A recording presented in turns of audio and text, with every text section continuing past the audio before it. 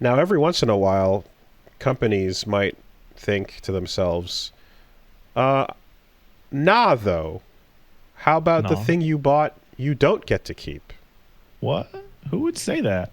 What kind of dumb, stupid bitch would say that? Warcraft 1 and 2 are being delisted from GOG as the remasters are being dropped.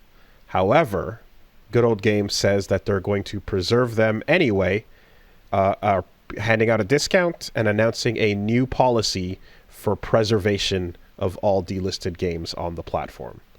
So, carrying this analogy forward, the anthropomorphized version of Good Old Games that exists for the purpose of this story said, I'm not a bitch.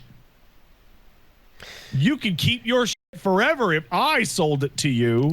I promise. As long as you buy it before they're obligated to delist it. Exactly.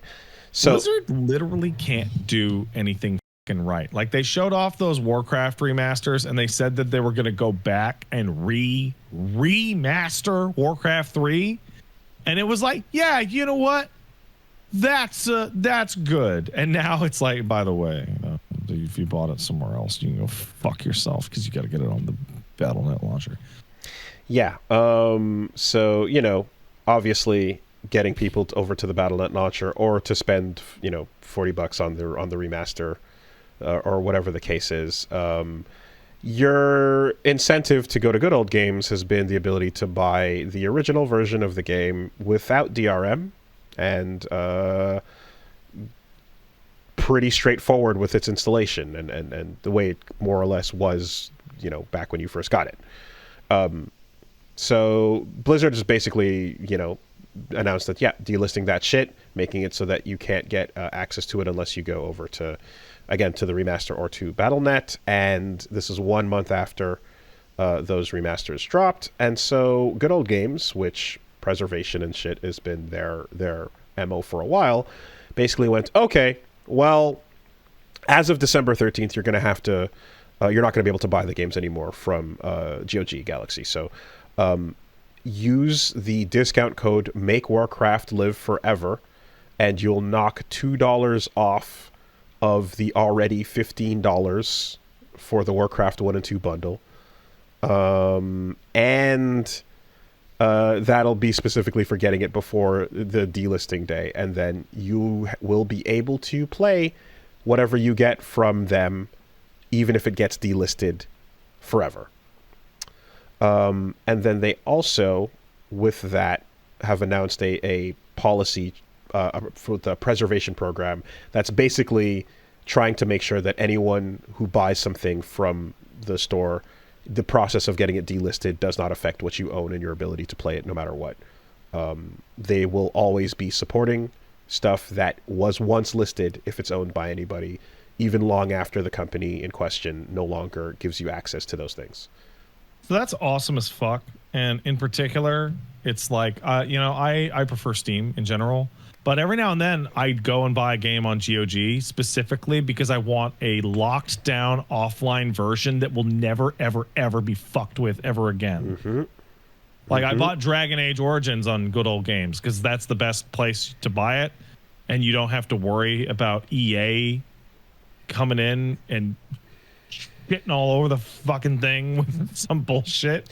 And because it'll always stay that version forever. And there will always be incentive for said publishers to come along and snatch away the shit you've bought as we go forward in time. Like, that's not going away anytime soon. So putting something like this in place to just make sure that, like, yep, once you have it, you fucking have it, is good and important. And also, unfortunately, fucking mandatory in a world where it's not treated like physical, where if you have the disc, you have the disc, and that's the end of that, right? Digital is being abused now, and we're seeing things where, there's agreements changing terms where you no longer are like, you don't own what you bought digitally. In fact, you own the license to access that thing as long as we say you can and whatever the fuck. So all of this coming from one of the storefronts for PC games and for digital ownership is pretty good, as far as just like push back against the fact that fuck you don't own what you bought is becoming the norm now,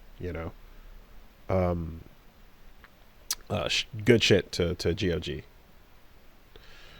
GOG is the best. I love them. Like, I've rebought some of their games on Steam just for convenience, but like I'm very happy that is a storefront that I can buy games from. And I tend to use it for its like stated purpose, which is I can't get this old bullshit to fucking work. Oh, the GOG version works fine. Mm-hmm. Oh, great. Fantastic.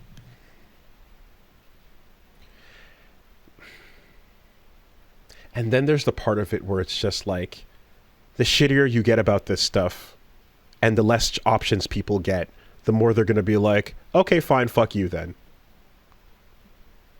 I'll figure it out. You know what I mean? We're also in a place, it's like, okay, let's say your game has de novo and it's super locked down and it's super pirate friendly. It's not 1994 anymore where there's like 5 good games that are coming out on the Super Nintendo that year, right? There are so many fucking games that are coming out. Help me help you. Help me help you. I want to buy the thing. Give me a way to do it. Don't right? Make this harder. It's like we're past the point of like, oh, I'll just pirate it. We're now at the point of like, fuck it then. I guess I'll just ignore it. Assassin's Creed. There's other shit coming that could use, but my time could be spent on. Yeah. No play, only remember. Nintendo.